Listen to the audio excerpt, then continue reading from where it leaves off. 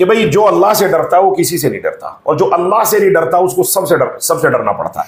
सिख जैसी कौम तो मुझे लगता नहीं जो है अगर बहैसियत कौम के देखा जाए और बहैसियत हिंदुस्तानी के देखा जाए, सिख कौम एक बहादुर कौम है, सिख कौम एक सखी कौम है।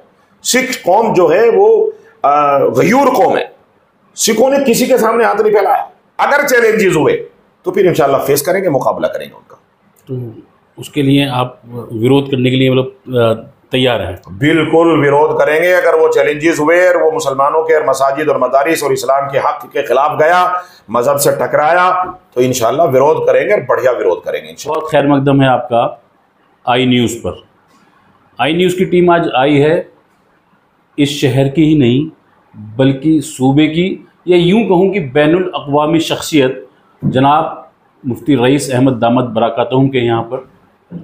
हज़रत सिर्फ दीन की खिदमत के लिए ही नहीं जाने जाते बल्कि हज़रत का पैमाना बहुत वसी है।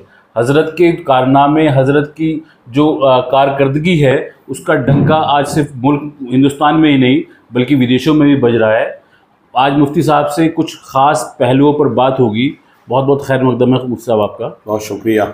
मुफ्ती साहब आपसे ये जानना चाहेंगे, पहले तो हम ये जानना चाहेंगे कि आपका दीनी रुझान कब शुरू हुआ? देखिए, ये तो आपने बहुत पुरानी बात मुझे याद दिलवा दी। दरअसल ये दीनी रुझान तो मेरा बचपन से है, क्योंकि जब मैं छोटा सा था तो मेरी वालिदा एक किसान घराने में, काश्तकारों में जो है उनकी शादी हुई। वो आई तो मैं दूसरे नंबर का भाई हूँ, मेरा एक मुझसे बड़े भाई हैं, मैं दूसरे नंबर का हूँ। तो वालिद साहब चूँकि वो दुनियादार घराने से थे, भाई को पढ़ाना दुनियावी तालीम और चचा को भी दुनियावी तालीम, तो वो ये नहीं चाहते थे कि कोई इस लाइन में आए, चूँकि बल्कि वालिद साहब ही क्या पूरे गांव में कोई ऐसा माहौल था ही नहीं। पूरा गांव हमारा, चूँकि ये राजपूतों का गांव है, और कोई पूरे गांव में कोई हाफिज़ इस तरह का ख़ास तौर पे हमारे ख़ानदान में नहीं था। मुझसे पहले एक हाफिज़ है मौलाना मुरसलीन साहब, तो आजकल दुबई में है, बड़ा काम कर रहे हैं। वो मुझसे पहले पूरी नस्लों के, पूरे गांव के हमारे वो पहले हाफिज़ हैं, दूसरे नंबर का मैं। माशाअल्लाह। तो मेरी वालिदा, ये रुझान हुआ कि मेरी वालिदा ने मुझे मदरसे में डाला और वो दुआएं करती थी। उनको आलिम लोग बहुत पसंद थे और वो उलमा की दुआएं लेती थी। मेरे नाना मरहूम अल्लाह उनको गरीक रहमत फरमाए, वो बहुत ही ज़्यादा दीनदार थे और वो चाहते थे मेरी उंगली पकड़ के इतने से मुझे मदरसे में लेके जाते थे और मुझे दीनदार बनने की हमेशा रग़बत दिलाते थे। तो उसी वक्त से मेरा रुझान दीनदारी की तरफ आया। तो वो सब कहाँ पर तालीम हासिल की? तो मैंने अल्हम्दुलिल्लाह, समझिए कि पहले सबसे पहला जो मैंने स्टार्ट किया, चूँकि मैंने बताया अभी मेरे नाना मेरी उंगली पकड़ के मदरसा ले जाते, तो बिल्कुल बुनियादी अलिफ बा ता जो बच्चे पढ़ते हैं वो तो मैंने अपने ननिहाल गांव बनवाड़ा में की है। और उसके बाद फिर मेरी वालिदा लेके मुझे वापस, मेरे नाना का इंतकाल हो गया तो फिर मैं आ गया जो है अपने गाँव। तो मैंने तकरीबन नाजरा और हिफ्ज़ के कुछ सिपारे मैंने अपने गाँव में मदरसा रियाजुल उलूम में ही किए। उसके बाद एक साहिब निस्बत बुज़ुर्ग थे हज़रत कारी शफ़ीक़ साहब रहमतुल्लाहि अलैह, तो हज़रत मौलाना मसीहुल्लाह खान साहब अलैहि रहमा के सोहबत याफ्ता थे। वो गांव लोई डिस्ट्रिक्ट मुजफ्फरनगर में। फिर मैं उनके यहाँ आ गया और मैंने वहाँ मुकम्मल हिफ्ज़ किया। फिर वहाँ से जब मैंने हिफ्ज़ कर लिया और मैं हाफिज़ कुरान हो गया, तरावी पढ़ा दी, तो फिर मुझे चूँकि चस्का लग गया तालीम का, उस चस्के को लेकर के फिर मैं हज़रत मेरे से बड़ा प्यार करते थे, मेरे उस्ताद कारी शफ़ीक़ साहब। वो नहीं चाहते थे मैं बाहर जाऊँ, लेकिन मैं उनसे चोरी छुपे उस चस्के के लिए, मुझे दिलचस्पी हो गई दीनदारी की और आगे बढ़ने की, तो मैं उनसे बग़ैर इजाज़त लिए हुए जो है वो चला आया। एक बहुत साहिब निस्बत बुज़ुर्ग हज़रत मौलाना मुफ्ती मेहरबान शाह नव्वरल्लाहु मरक़दहू, जो हज़रत मुफ्ती मुज़फ़्फ़र साहब अलैहि रहमा के खलीफ़ा ख़ास थे और हज़रत काजी अतर मुबारकपुरी के भी खलीफा थे। साहिब निस्बत बुज़ुर्ग हज़रत मौलाना मसीहुल्लाह खान साहब के तरबियत याफ्ता, उनके मदरसे में जामिया इमदादुल इस्लाम हरसोली, मैं वहाँ आया और वहाँ मैंने फ़ारसी से लेके मिशकात शरीफ तक की तालीम हज़रत की निगरानी में जो है हासिल की। और मेरा वो दीनी रुझान और इस्लामी नज़रिया और आगे बढ़ने की जो है जज्बे देख करके हज़रत वाला ने मुझे बहुत अपना कुर्बत दी और मैं हज़रत की सोबत में रहता था और हज़रत की खिदमत करता था। फिर वहाँ मैं 1999 तक रहा। 1999 में हज़रत वाला का मुफ्ती मेहरबान साहब नव्वरल्लाहु मरक़दहू का इंतकाल हुआ। फिर मैं वहाँ से दारुल उलूम देवबंद का रुख किया और मैंने दारुल उलूम देवबंद में फार्म भर दिया। हज़रत वाला की दुआओं के सदक़े से मेरा दारुल उलूम में नंबर आया और मैं तकरीबन 2.5 साल तकरीबन दारुल उलूम देवबंद में रहा। मैंने वहाँ से फजीलत हासिल की और तकमील उलूम में दाखिला लिया मैंने। लेकिन जितने मेरे साथी थे वो इफ्ता के लिए हज़रत वाला मुफ्ती मुजफ्फर साहब अलैहि रहमा के यहाँ सहारनपुर आ गए। तो फिर जब मैं अकेला रह गया तो चूँकि एक चस्का था दीनदारी का और जज्बा था काम करने का, चूँकि हज़रत मुफ्ती मेहरबान साहब रहमतुल्लाह अलैह की खिदमत में हमने रह करके कौम में काम करने के जज्बे डेवलप हुए हमें। ये हज़रत वाला की निगाहें थी जो हमें बहुत सारी दावतों के काम उन्होंने सिखलाए। जेलों में तकरीर करना, झोंपड़ियों में जाके उनकी गुरबा परवरी करना, हॉस्पिटल में जाके मिजाज पुरसी करना, ये सब दावतें हज़रत ने सिखाई हमें और हमें उन सब के तरीके मालूम है। जेल में कैसे दावतुल ख़ियाम, दावतुल सलाम, दावतुल जो है अलग अलग दावतों के नाम दे के हज़रत वाला मुफ्ती मेहरबान साहब का एक निज़ाम चलता था, यक साथी निज़ाम, उसका मैं हेड था उस वक्त में, ज़माने तालिब इल्म में। तो वो दावतों में मैं लगा रहा, तो फिर मैं सब साथियों के साथ मज़ाइलूम आ गया। तो हज़रत वाला के यहाँ दाखिले का टाइम ख़त्म हो चुका था, तो हमने कहा हज़रत हमें अपने पास सिर्फ अपनी खिदमत में बैत कर लीजिए और अपनी खिदमत में हमें रख लीजिए। तो हज़रत वाला ने देखा कि मुखलिस है, तो हज़रत वाला ने एक बहुत बड़े ऑफिसर थे नव्वरल्लाहु मरक़दहू इक़रार अहमद साहब, उनकी सिफारिश पर कि ये बच्चा हज़रत का खादिम रहा, बहुत अच्छा है, पढ़ेगा। तो हज़रत मुफ्ती मुजफ्फर साहब अलैहि रहमा ने मुझे नीचे से ऊपर तक देखा, थोड़ी देर देखते रहे, फिर फरमाया दाखिला ले लो। फिर हज़रत वाला ने मुझे अपने यहाँ दाखिल कर लिया। फिर मैंने इफ्ता मज़ाइल-उलूम जामिया मज़ाइल-उलूम सहारनपुर वक्फ से किया है। फिर हज़रत की खिदमत में रहे। फिर हज़रत ने ही मुझे, जब मैं फ़ारिग हो गया इफ्ता से, तो मेरे असातिज़ा में मुफ्ती अमीन साहब, हज़रत मुफ्ती खुबैब साहब और बड़े बड़े असातिज़ा, हज़रत मौलाना सैयद वक़ार अली साहब, ये सब मेरे असातिज़ा में मज़ाहिल में रहे हैं। फिर अल्हम्दुलिल्लाह वहाँ से जो है मैं फ़ारिग हुआ। फ़ारिग होने के बाद जैसे ही मैं अपने गाँव आया, तो चूँकि मेरा तहरीकी मिजाज था, उस तहरीकी मिजाज में मैंने जाते ही जो है अपने गाँव पे मुनकरात पर काम किया। चूँकि हर आदमी का मिजाज होता है, अपना अपना एक सिस्टम होता है। तो मुझे हज़रत वाला ने जो है वो दावतें जो सिखाई हैं, तो सबसे पहले मैंने इस हदीस पर अमल किया जिस पर बहुत कम लोग अमल कर पाते हैं, मन रआ मिनकुम मुनकरन फल्युग़य्यिरहु बियदिही फ़इन लम यस्तति फ़बिलिसानी फ़इन लम यस्तति फ़बिक़ल्बी वज़ाका असफ़ुल ईमान। तो मैंने कहा भाई मुनकरात पर काम करेंगे, अमर बिल मारूफ पे तो दुनिया काम कर रही है। तो मैंने अपने गाँव में, ये जब मैं फारिग होके गया 2002 की बात है, तो सारे टीवी मैंने बैन कर दिए। ये तो बहुत इंटरनेशनल उसमें चला ये आप बिल्कुल, ये बहुत बहुत बड़े लेवल पर, जब तो लोग वायरल किसको कहते हैं, वायरल कैसे होता है जानते भी नहीं थे। तो मैंने टीवी के खिलाफ मुनकरात पर काम किया, जो कि मैंने अपने देखा कि मैं गांव की नस्ल का दूसरा हाफिज़ हूँ और मेरे गांव के बच्चे स्कूल नहीं जा रहे, मदरसा नहीं जा रहे, और सब टीवी में वीसीआर का दौर था। एक बैठक में जमा होते थे गाँव में और काफ़ी लोग 50-100 लोग जमा हो जाते थे। उसमें वो ब्लैक एंड वाइट उसमें पिक्चर देखते थे लोग। फिर वो वीसीआर का कैसेटों का ज़माना था। तो मैंने उस पर रोकने, उसे ख़त्म करने का तहिया किया। मैंने गांव में टीम बनाई नौजवानों की और उस पर मैंने काम किया। तो अल्हम्दुलिल्लाह सिर्फ 15 दिन में पूरे गांव को मैंने कंट्रोल कर लिया और अपने गांव से मैंने तमाम टीवी वीसीआर हत्ता के उनके एंटीने तक भी नहीं छोड़े, सब ख़त्म कर दिए। उससे नतीजा ये हुआ कि स्कूल में बच्चे तालीम के लिए बहुत जाने लगे, मस्जिद नमाजियों से मस्जिदें भर गई, एक अजीब सा माहौल हो गया। लेकिन वो इत्तिफाक है कि उस वक्त अखबार का, प्रिंट मीडिया का दौर था। ये आपसे बता रहा हूँ 25 साल पुरानी बात। तो वो मीडिया में आ गया कि जोगिया खेड़े में तालिबानी फरमान। अब ये जुमला इस तरह का था, आज भी सोच सकते हैं। अब तो खैर वो तालिबान की तरफ से लोगों के दिल नरम हो रहे हैं और हुकूमतें उनसे अपने राब्ते कर रही हैं और उनके काम को देख करके लोग उनसे मुतासिर हो रहे हैं। उस ज़माने में लोग उनसे वहशत खाते थे, उनका नाम भी लेना पसंद नहीं करते थे। खैर वो ये जुमला आया तो तमाम media, print media, electronic media, वो मेरे घर पे पहुंच गई। जब वो मेरे घर पे पहुंची तो फिर वो बड़ा हंगामा हो गया, लेकिन मैं उससे बाज नहीं आया, मैं डटा रहा। कलेक्टर और फिर जो डीएम, एसडीएम, तमाम आला हुक्काम वहाँ की लाइन लगी रही और उन्होंने मुझे देखा, परखा। अल्हम्दुलिल्लाह उसमें मुझे बड़ी कड़ी कामयाबी मिली।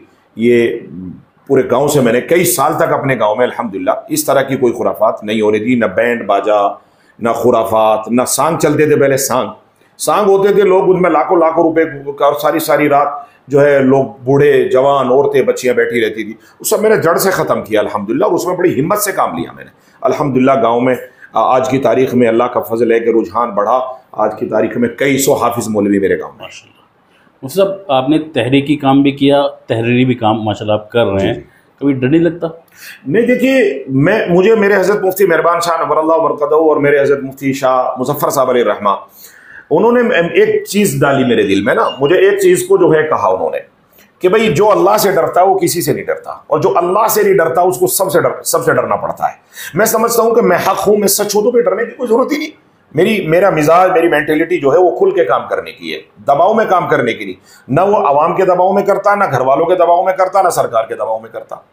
मेरे लिए हिंदू मुस्लिम सब बराबर हैं। मैं जो है ये समझिए कि बहुत ही अच्छे अंदाज पर काम करने की फिक्र रखता हूँ और कोशिश भी करता हूँ। मतलब आपने कहा कि मेरे लिए हिंदू मुस्लिम सब बराबर हैं। आपकी एक वीडियो भी माशाल्लाह पंजाब में बहुत वायरल हो रही है। जी जी। तो आप पंजाब गए तो आपने वहाँ क्या देखा पंजाब में? मैं पंजाब गया, पंजाब में माशाल्लाह मैं, चूंकि वो कोई एहसान नहीं किया मैं तो पंजाब में देखा कि बाढ़ आई है और जनाब रसूलुल्लाह सल्लल्लाहु अलैहि वसल्लम ने हमें तालीम दी है कि भाई गुरबा परवरी करो। हमारे नबी का अखलाक है, हमारे नबी मोहम्मद रसूल सल्लल्लाहु अलैहि वसल्लम ने सबसे पहले सफ़र में सहाबा को यह सिखाया, सबसे पहले जाके वो जज्बे डाले। और उसकी मिसाल जो है हिजरत का मौका है कि आप सल्लल्लाहु अलैहि वसल्लम जो है उस वक्त गरीब थे, आपके साथी गरीब थे, गिने चुने आपके साथ साथी थे, लेकिन जो जज्बा डेवलप हुआ वो आप देखें मदीने में जाने के बाद अंसार और मुहाजिर का, वो हमारे सामने बेमिसाल है। उसके बाद भी जनाब रसूलुल्लाह सल्लल्लाहु अलैहि वसल्लम ने ज़रूरतमंद लोगों की कभी ये नहीं पूछा कि भाई इसमें जो है हिंदू है या मुसलमान है, ज़रूरतमंद आदमी को देकर फ़ौरन अपने कपड़े भी निकाल के दे दिए। बेशुमार मिसालें ऐसी हैं कि आप सल्लल्लाहु अलैहि वसल्लम ने अपना कुर्ता दे दिया, आप सल्लल्लाहु अलैहि वसल्लम ने अपनी सवारी दे दी, आप सल्लल्लाहु अलैहि वसल्लम ने अपना खाना हवाले कर दिया। तो ये डेवलप है, ये कोई मैंने एहसान नहीं किया, ये मेरी जिम्मेदारी है, मेरा इस्लामी फ़र्ज है, ये दावत है। सिख भाई या हिंदू भाई वो हमारी मिल्लत है, हमारी कौम है, और ये समझ लिए दावती कौम दावत है हमारी वो। तो उस जो है उस नाते सिर्फ हमारी जिम्मेदारी बनती है। जब हमने सुना कि वहाँ मवेशी बह गए और वहाँ लोग परेशान हैं तो हमने यहाँ ऐलान किया। मैं शुक्रगुजार हूँ हमारे उमर रसीदा शहर काजी साहब का कि उन्होंने फ़ौरन ऐलान किया, और उनके साथ साथ मेरी अपील हुई और हमारी आवाम का कि जिन्होंने यकीन मानना शहर में। अल्हम्दुलिल्लाह देहरादून वालों को मैं सलाम करता हूँ कि हम लोगों की नाकिस सी राय पर वो अपना बेपनाह इमामों ने और आवाम ने तकरीबन 18 से 20 लाख रुपए सारी मस्जिदों से जो हम तक आए, 18 लाख तो हम तक ही आए, और 2-3 लाख रुपए इधर उधर भी थे, 20-21 लाख रुपए जमा हो गए। 4 से 5 गाड़ियों का सामान, 6 गाड़ियों का सामान हुआ। हम लेके यहाँ से रवाना हुए तो अल्हम्दुलिल्लाह वहाँ जो सिख भाइयों ने हमें मोहब्बत दी है, जो सिखों ने गले लगाया है, वो पहली बार मैंने देखा अपनी लाइफ में। मतलब मुसलमानों पर टेररिस्ट होने का इल्ज़ाम लगता है और सिखों पर खालिस्तानी होने का इल्ज़ाम लगता है। जब आप पंजाब गए तो आपने सिखों को कैसा पाया? सिख जैसी कौम तो मुझे लगता नहीं जो है अगर बहैसियत कौम के देखा जाए और बहैसियत हिंदुस्तानी के देखा जाए, सिख कौम एक बहादुर कौम है, सिख कौम एक सखी कौम है। सिख कौम जो है वो गयूर कौम है। सिखों ने किसी के सामने हाथ नहीं फैलाया, वो कभी नहीं कहा कि हमें ज़रूरत है। हम भी बड़े सिस्टम से उनको दे के आए। वो जब हम गए, हम पूछते थे, उनके डेरों में जाते थे जहाँ 8-8 फीट पानी पहुंच गया। एक घर में मैं गया तो वो बहुत सारी औरतें, बहुत सारी वो 2-3 डेरे थे गाँव के, तो हम वहाँ गए, वो सिख फैमिली थी। और जब हमने कहा कोई ज़रूरत, उन्होंने कहा नहीं वीर जी बहुत अच्छा, हमें कोई ज़रूरत नहीं। उनकी गयूर कौम। तो हमने कहा कि नहीं, हम आपके भाई हैं, हम आपको खैरात देने नहीं आए, और हम तो अपनी जिम्मेदारी पूरी कर रहे हैं, आप हमारी बहन हैं, हमारे भाई हैं। तो उन्होंने हमारे लिए अपने घर में नमाज का इंतजाम, माशाल्लाह, अपने घर में हमारे लिए चाय का इंतजाम, ऐसी हालत में भी कि वो डूबे, उनके कपड़े सूख रहे हैं, उनके बेड बह गए, उनके कपड़े खराब हो गए, उनके तमाम चीजें खाने पीने की बेकार हो गई, सूख रही है हमारे आंखों के सामने। उसके बावजूद भी हमारे लिए दूध गर्म करके लाए वो, और उन्होंने हमें नमाज पढ़ने के लिए अपने कपड़े बिछाए, और फिर हमने उनके घर में नमाज अदा की, अजान दी। उसके बाद फिर जैसे हमने उनको कहा कि हम लोग खैरात नहीं देने आए तुम्हें, तुम तो बहादुर कौम, गयूर कौम हो, हम तो तुम्हारे भाई हैं, मोहब्बत बांटना है। तो उन्होंने फिर वो हमसे अपनी ज़रूरत का सामान लेना शुरू किया। इसका मतलब ये तो ज़रूरतमंद थे मगर हाथ नहीं फैलाया। ये कितनी अच्छी बात है। फिर वो सब ज़रूरत का सामान उनकी बच्चियों ने, औरतों ने लिया, और जब हमने कहा कि ये आप पर, हम पर आपने एहसान किया कि हमें इस लायक समझा कि आपने हमारी ये खिदमत कबूल की, वो औरतें रोने लगी, उनकी बच्चियों के आंखों में आंसू आ गए, भावुक हो गई। मैंने उनको बड़ी मुश्किल से उनके सर पे हाथ रख के उनको चुप कराया। तो सिखों को मैंने पाया कि वो सिख कौम जो है बहादुर कौम है, हाथ नहीं फैलाती किसी के सामने। रहा मसला खालिद, हमें तो कोई खालिस्तानी मामला नहीं, होंगे चंद लोग, किस तरह के कुछ लोग होंगे। हमने एक सिख की जबान से हमने हिंदुस्तान की बुराई नहीं सुनी।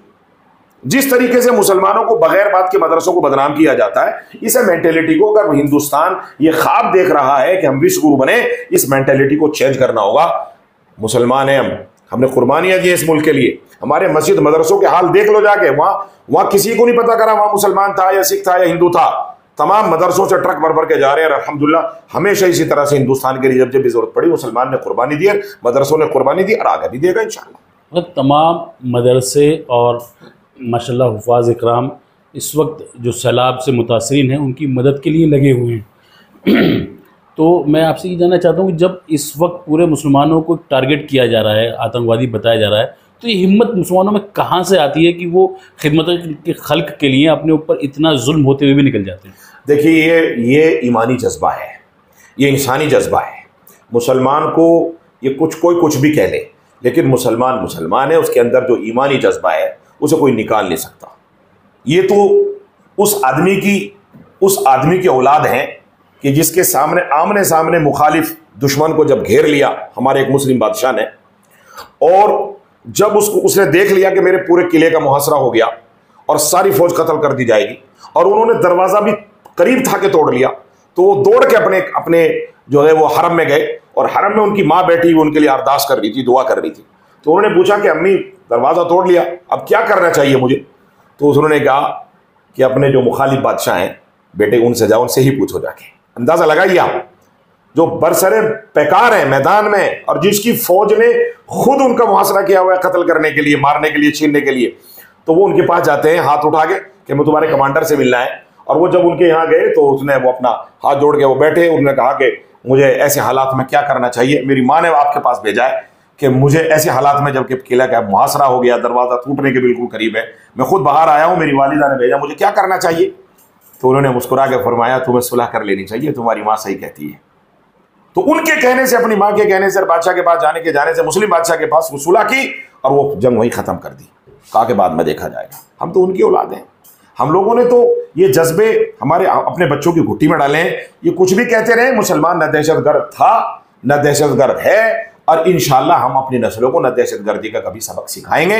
मुसलमान मुआमार था, मुसलमान तामीर कर रहा है, आइंदा भी मुसलमान और मुसलमानों की मदद से इंशाअल्लाह इस हिंदुस्तान के जो ख्वाब हमने देखा है उसकी तामीर में लगे रहेंगे। मतलब आपने बात की एक जंग की, महसूस होता है कि आपकी पॉलिटिकल समझ बहुत ज़्यादा है माशाल्लाह।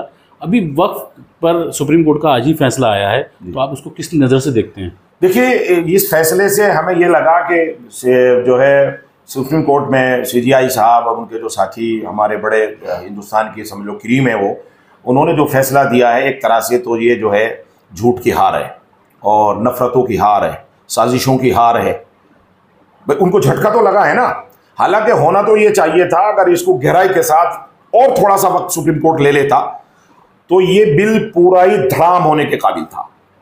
चूंकि ये सीधा का सीधा साजिश है और ये जानिबदाराना तौर पर बिल लाया गया था, और हमारे अकाबरीन जमीयत उलमा हिंद, मौलाना अरशद मदनी और दिगर अकाबरीन इस पर हमेशा से बोलते रहे। मुस्लिम पर्सनल लॉ बोर्ड इनके पीछे लग रहा है, ताक़ुब कर रहा है, लेकिन सुप्रीम कोर्ट के जो भी फैसला किया है, बहरहाल हम उसका इस्तकबाल करते हैं, और हमें खुशी है कि बहरहाल कुछ ना कुछ ही सही, लेकिन जो है साजिशकारों को झटका ज़रूर लगा होगा, और ये फैसला जो है कदरे राहत का है मुसलमानों के और वक्फ के लिए। उससे आपसे एक आखिरी सवाल और जानना चाहेंगे कि अभी उत्तराखंड विधानसभा से मदरसा बोर्ड जो अगले साल ख़त्म हो जाएगा, तो उसके बाद आपको किस किस चैलेंजेस का सामना करना पड़ेगा और आप सरकार से क्या अपील करना चाहते हैं? देखिए, ये भी यहाँ उत्तराखंड में मैं समझता हूँ कि ये हमारे मदरसों के ख़िलाफ़ और हमारे इनडायरेक्टली हमारे मज़हब के ख़िलाफ़ बात हो रही है, हमारे कुरान के ख़िलाफ़ बात हो रही है। मुसलमानों के ख़िलाफ़ एक तरह से जो है वो जाल बिछाए जा रहे हैं, और ये जाल बिछाना एक तरह से जो है बहुत नुकसानदेह साबित होगा। वजह उसकी ये है कि गुलशन में हर तरह का फूल हो, हर तरह के उसमें कलियाँ हो, हर तरह के पेड़ पौधे हो तो अच्छा लगता है। अगर किसी चीज़ में एक ही चीज़ बो दी जाए और दूसरा कोई हो ही ना, तो फिर वो चमन चमन नहीं रहता। उत्तराखंड सभ्यता के एतबार से मशहूर है, उत्तराखंड अमन के एतबार से मशहूर है, उत्तराखंड अपनी खूबसूरती के एतबार से मशहूर है, चूँकि यहाँ जो है रूहानी एतबार से हिंदू क़यादत के तमाम बड़े धाम यही मौजूद हैं। यहाँ मुसलमानों के लिए भी मसाजिद हैं, मदारिस हैं, और यहाँ कलियर शरीफ की दरगाह जो एक बहुत बड़ा जो है एक तरह से जो है वो हिंदू भाइयों की ज़बान में अगर कह लो तो एक तरह से धाम माना जाता है, हालांकि वो धाम नहीं है हमारा, मगर इस तरह से लोग माने जाते हैं। वहाँ जिस तरीके से और धामों पे लोग जाते हैं, तो कलियर शरीफ की भी लोग ज़ियारत करने के लिए जाते हैं। यहाँ मसाजिद हैं, मदारिस हैं, खानकाएँ हैं, मगर चंद लोग इसको नफ़रतों की नज़र करना चाहते हैं, और पहले उन्होंने मदरसों को बंद किया बगैर किसी नोटिस के, उस पर थोड़ा सा हाय हुल्ला हुआ, तो फिर उन्होंने नोटिस देने शुरू करे, मुख्तलिफ किस्म के नोटिस, फिर उसके बाद वो खैर उनको कहा कि मदरसा बोर्ड से एफिलेशन कराओ। हम सब ने मदरसा बोर्ड से एफिलेशन करा लिया, किसी ने एप्लीकेशन डाल दी। मदरसा बोर्ड हमारा था, हुकूमतों ने हमारे लिए था तभी तो गठन किया था, और अगर ये गलत था तो पहले गठन क्यों हुआ? और अगर ये तमाम जो है गठन होना और इसके तमाम जियो और तमाम चीजें चेयरमैन और सरकार का लगाना सही था, तो अब कैसे गलत हो गया? अब ये सारी चीजें मदरसा बोर्ड के तहत भी, चूंकि एक बहुत बड़ी माइनॉरिटी है मुसलमानों की और कम नहीं है, इसमें इनके बच्चों का फिक्र लेने का मतलब अच्छी बात थी सरकार की। अब जो है वो मदरसा बोर्ड ही को ही खत्म कर दिया। अब अगला जो आएगा, जो भी बोर्ड बनेगा या जो भी इसमें जो है जिस तरह से वो परार्धीकरण बनाना चाहते हैं, मैं समझता हूँ वो परार्धीकरण मदरसों के लिए अच्छा काम नहीं करेगा, उससे बेहद परेशानियों का सामना होने वाला है। चूंकि ये तो वक्त ही बताएगा कि वो बन पाएगा कि नहीं बन पाएगा, और बना तो उसमें हमें क्या क्या चैलेंजेस होंगे। अगर चैलेंजेस हुए तो फिर इंशाल्लाह फेस करेंगे, मुकाबला करेंगे उनका। तो उसके लिए आप विरोध करने के लिए मतलब तैयार हैं? बिल्कुल विरोध करेंगे। अगर वो चैलेंजेस हुए और वो मुसलमानों के और मसाजिद और मदारिस और इस्लाम के हक के खिलाफ गया, मजहब से टकराया, तो इंशाल्लाह विरोध करेंगे और बढ़िया विरोध करेंगे इंशाल्लाह। सब आपसे मैंने लास्ट टाइम जो इंटरव्यू किया था तो उसमें आपने एक सलीम वास्तिक करके एक शख्स है, उसकी बातों का जवाब दिया था, और अल्हम्दुलिल्लाह हज़ारों कमेंट्स उस पर अब तक आए और लोगों ने कहा कि मुफ्ती साहब ने हमारे अंदर जो संदेह था इस्लाम को लेकर उसको काफ़ी हद तक दूर किया। मतलब उसने अभी एक और स्टेटमेंट जारी किया है कि इस्लाम में औरतों को मतलब ग़ुलाम माना जाता है, औरतों के कोई हुकूक इस्लाम में नहीं है, और उन्हें एज आ सेक्स स्लेव का उसने वर्ड इस्तेमाल किया है कि सिर्फ उनको एक ख़ास काम के लिए रखा जाता है, बाकी इस्लाम में औरतों के लिए कोई हुकूक नहीं है। सब इसका थोड़ा सा आप वजाहत कर दें। देखो अयाज़ुबिल्लाह, ये कुरान पर, इस्लाम पर और मुसलमानों पर एक बड़ा बहतान और तूफ़ान है। मैं समझता हूँ कि इस तरह के नास्तिक लोगों की बात पर मुल्क के लोगों को ध्यान नहीं देना चाहिए। अगर किसी को डायरेक्टली इस्लाम के बारे में, तो ऐसे नास्तिक लोगों से कहीं को पूछना, भैया तो इस्लाम के जो इस्लाम पर बिल्कुल अमल पैरा है उनसे मालूम करना चाहिए, यानी विद्वान आलिम मुफ्तियान किराम फुक़हा, उनसे पूछना चाहिए। या इंसान बराह रास्त किताबों से रुजू करे, बड़ी बड़ी किताबें मौजूद हैं, नेट पर मौजूद हैं, प्रिंट में मौजूद हैं, वो बराह रास्त उनको मुताला करे, उस पर अपना वक्त लगाए, तो सारी चीज़ें दूध का दूध पानी का पानी हो जाएगा। दरअसल बात यह है कि अगर आप देखा जाए इस्लाम से पहले की तारीख और इस्लाम के बाद की तारीख, तो सही बात मालूम ये होगी कि एक जानिबदार, एक दुश्मन औरत से भी अगर पूछा जाए इस्लाम पढ़ने के बाद, तो ये कहने पर मजबूर होगी कि अगर इज्जत मिली है तो सिर्फ इस्लाम आने के बाद ही इज्जत मिली है औरत को। आप हैरान हो जाएंगे कि इस्लाम में आसमान से उतरा हुआ सबसे बड़ा तोहफा है वो जो कुरान करीम है, और कुरान करीम अव्वल से लेकर आखिर तक, अब इसके बाद कोई किताब आसमानी नहीं आएगी। कुरान करीम आखिरी ग्रंथ है जिसमें तमाम के तमाम 99 ग्रंथ दाखिल है जो इससे पहले के अंबिया, अवतार और नबियों पर आए हैं। जनाब मोहम्मद रसूलुल्लाह सल्लल्लाहु अलैहि वसल्लम खातिमुल अंबिया वल मुरसलीन है। आपके बाद कोई नबी नहीं आएगा, आपके बाद कोई रिसालत और जो है रसूल नहीं आएगा, आपके बाद कोई नबूवत नहीं है, आपके बाद कोई किताब भी नहीं है। उस किताब में जो आखिरी किताब हो, 1500 बरस पहले मुस्तकिल अल्लाह के नबी सल्लल्लाहु अलैहि वसल्लम ने, कुरान करीम ने इन औरतों को इस तरह की तशबीह और इस तरह की मिसालें दी है। पूरी एक सूरत कुरान करीम के अंदर सूरह निसा है, जिस पर तमाम की तमाम सूरत के अंदर औरतों के मसाइल हैं, औरतों के हुकूक हैं, औरतों को कैसे रखना है, औरतों को कैसे इज्जत दे रही। इस्लाम इस आयत और इस कुरान के उतरने से पहले, यानी इस्लाम से पहले, औरतों को आप देखोगे जिंदा जला दिया जाता था, जिंदा दरगोर पैदा। अपनी दहलीज पर दामाद को भुलाना इंसान जो है अपनी गैरत के खिलाफ समझता था। इस्लाम से पहले अपना दामाद बनाना इस्लाम अपनी गैरत के खिलाफ समझता था। इस्लाम आया, छोटी छोटी बच्चियों को जो लोग दरगोर किया करते थे उनको एहसास दिलाया कि तुमने बहुत गलत किया, कल क़यामत के दिन ये बच्चियां, कुरान देखो आप, आज भी अगर कुरान आप देख लो कि बेशुमार लोग, मुस्लिमों में तो कम, गैर मुस्लिमों में, दिगर अक़वाम, यहूदियों में, दिगर चीज़ों पर बेशुमार लोग ऐसे हैं जो पेट में लड़की पता लगने के बाद ज़ाय करा देते हैं। आप डाटा उठा के देख लीजिए। मगर कुरान ने उसको कहा वइज़ल मौऊदतु सुइलत बिअय्यि ज़म्बिन क़ुतिलत। अब अंदाज़ा लगा, ये कलेजा फटता है। अल्लाह ने डराते हुए, सूरत है पूरी, क्या इज़ा समाउन फतरत वइज़ल कवाकिबु इंतसरत वइज़ल बिहारु फुज्जरत वइज़ल कुबूरु बुसिरत अलिमत नफ्सु मा क़द्दमत व अख़रत।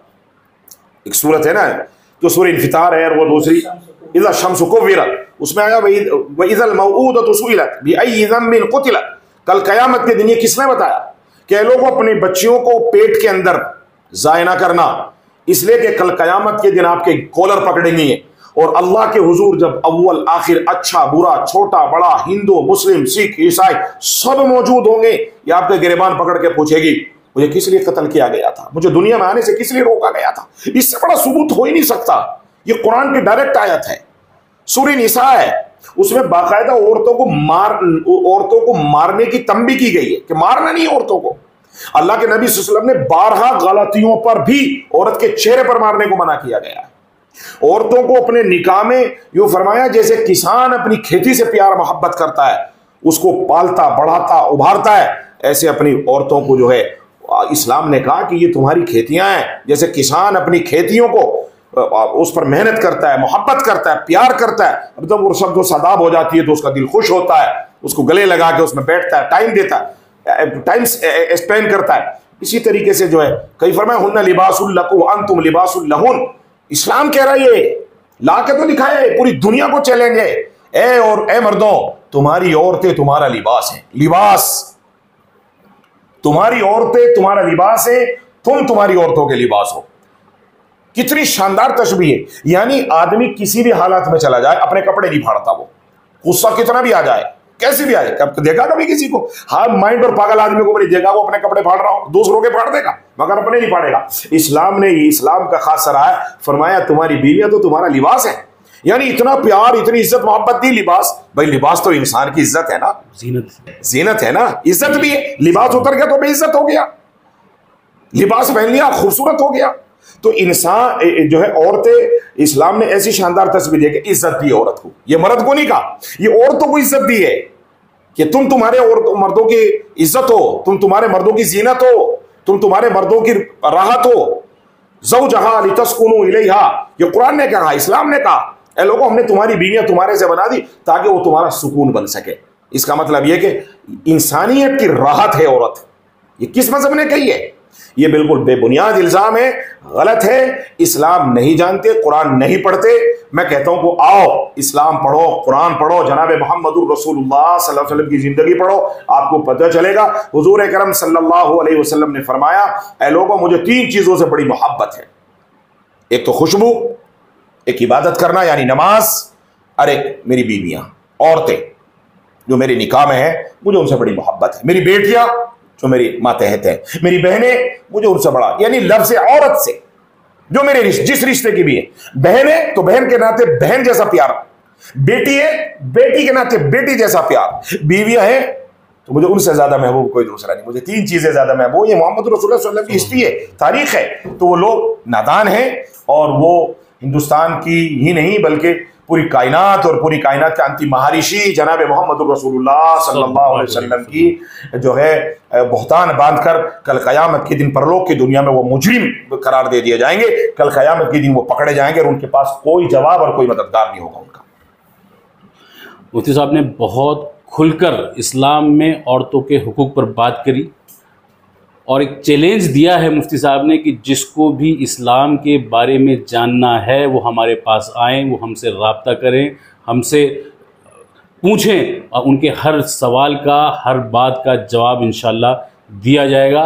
मैं इन्हीं बहुत बहुत शुक्रिया अदा करता हूँ मुफ्ती रईस साहब का और अल्लाह से दुआ करता हूँ कि अल्लाह इनकी उम्र में बरकत अता फरमाए और ये इसी तरह खैर के काम करते रहें। अस्सलाम वालेकुम अस्सलाम व रहमतुल्लाहि व बरकातुहू। सब आपसे मैंने लास्ट टाइम जो इंटरव्यू किया था तो उसमें आपने एक सलीम वास्तिक करके एक शख्स है उसकी बातों का जवाब दिया था और अल्हम्दुलिल्लाह हज़ारों कमेंट्स उस पर अब तक आए और लोगों ने कहा कि मुफ्ती साहब ने हमारे अंदर जो संदेह था इस्लाम को लेकर उसको काफ़ी हद तक दूर किया। मतलब उसने अभी एक और स्टेटमेंट जारी किया है कि इस्लाम में औरतों को मतलब ग़ुलाम माना जाता है, औरतों के कोई हुकूक इस्लाम में नहीं है और उन्हें एज आ सेक्स स्लेव का उसने वर्ड इस्तेमाल किया है कि सिर्फ उनको एक ख़ास काम के लिए रखा जाता है, बाकी इस्लाम में औरतों के लिए कोई हुकूक नहीं है। सब इसका थोड़ा सा आप वजाहत कर दें।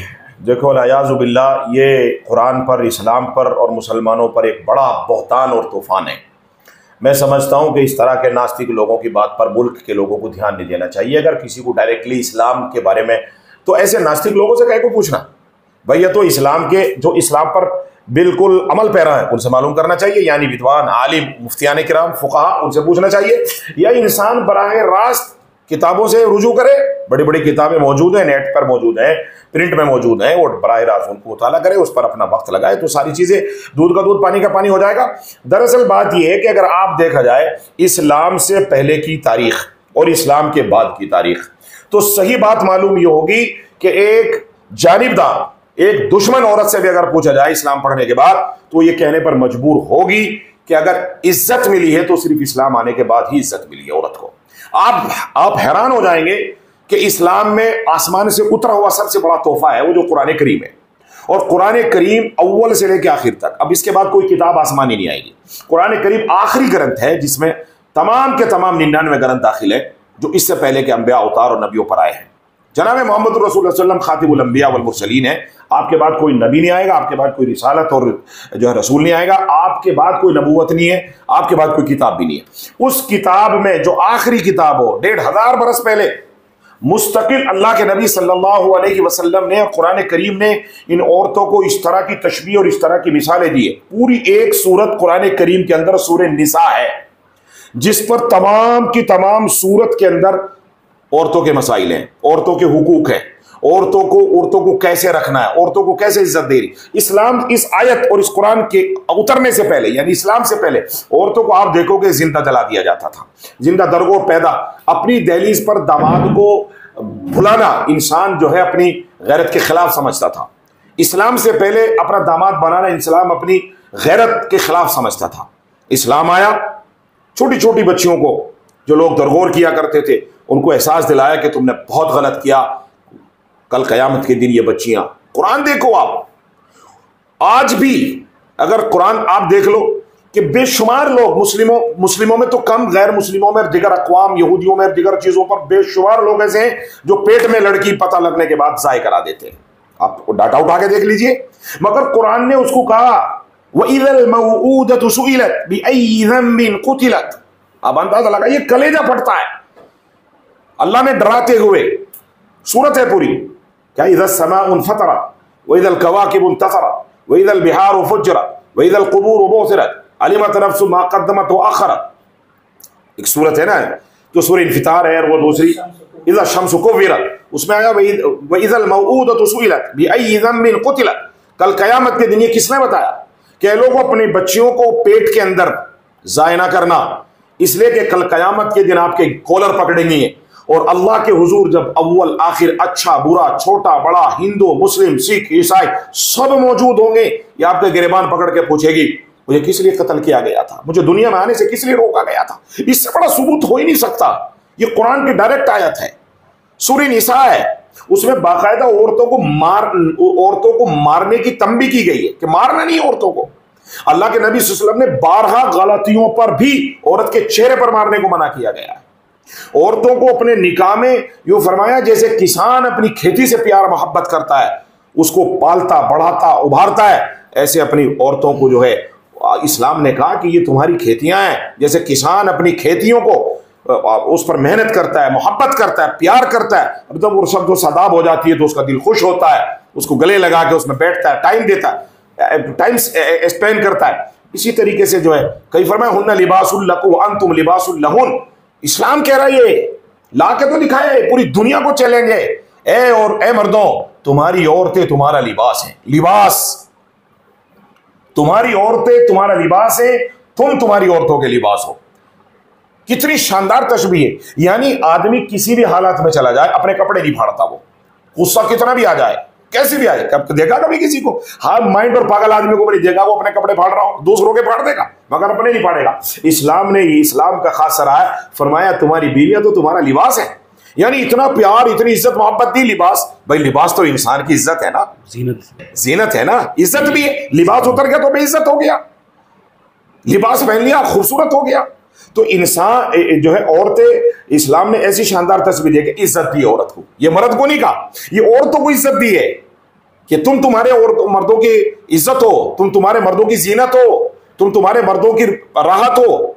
ज़ौजहा लितस्कुनु इलैहा, ये कुरान ने कहा, इस्लाम ने कहा। ए लोगों, हमने तुम्हारी बीवियां तुम्हारे से बना दी ताकि वो तुम्हारा सुकून बन सके। इसका मतलब यह कि इंसानियत की राहत है औरत। ये किस मजहब ने कही है? ये बिल्कुल बेबुनियाद इल्जाम है, गलत है। इस्लाम नहीं जानते, कुरान नहीं पढ़ते। मैं कहता हूं कि आओ इस्लाम पढ़ो, कुरान पढ़ो, जनाब मोहम्मदुर रसूलुल्लाह सल्लल्लाहु अलैहि वसल्लम की जिंदगी पढ़ो, आपको पता चलेगा। हुजूर करम सल्लल्लाहु अलैहि वसल्लम ने फरमाया, ऐ लोगों, मुझे 3 चीजों से बड़ी मोहब्बत है। एक तो खुशबू, एक इबादत करना यानी नमाज, और एक मेरी बीवियां, औरतें जो मेरे निकाह में है, मुझे उनसे बड़ी मोहब्बत है। मेरी बेटियां जो मेरी मातहत है, मेरी बहनें, मुझे उनसे बड़ा, यानी लफ्ज़ औरत से जो मेरे जिस रिश्ते की भी है। बहन है तो बहन के नाते बहन जैसा प्यार, बेटी है बेटी के नाते बेटी जैसा प्यार, बीवियां हैं तो मुझे उनसे ज्यादा महबूब कोई दूसरा नहीं। मुझे 3 चीजें ज्यादा महबूब, ये मोहम्मद रसूलुल्लाह सल्लल्लाहु अलैहि वसल्लम की हिस्ट्री है, तारीख है। तो वो लोग नादान हैं, और वो हिंदुस्तान की ही नहीं बल्कि पूरी कायनात और पूरी कायनात के अंतिम महर्षि जनाब मोहम्मद रसूलुल्लाह सल्लल्लाहु अलैहि वसल्लम की जो है बहुतान बांधकर कल क़यामत के दिन परलोक की दुनिया में वो मुजरिम करार दे दिए जाएंगे। कल क़यामत के दिन वो पकड़े जाएंगे और उनके पास कोई जवाब और कोई मददगार नहीं होगा उनका। मुफ्ती साहब ने बहुत खुलकर इस्लाम में औरतों के हुकूक पर बात करी और एक चैलेंज दिया है मुफ्ती साहब ने कि जिसको भी इस्लाम के बारे में जानना है वो हमारे पास आएँ, वो हमसे रब्ता करें, हमसे पूछें और उनके हर सवाल का, हर बात का जवाब इंशाअल्लाह दिया जाएगा। मैं इन्हीं बहुत बहुत शुक्रिया अदा करता हूँ मुफ्ती रईस साहब का, और अल्लाह से दुआ करता हूँ कि अल्लाह इनकी उम्र में बरकत अता फरमाए और ये इसी तरह खैर के काम करते रहें। अस्सलाम वालेकुम। वालेकुम अस्सलाम व रहमतुल्लाह।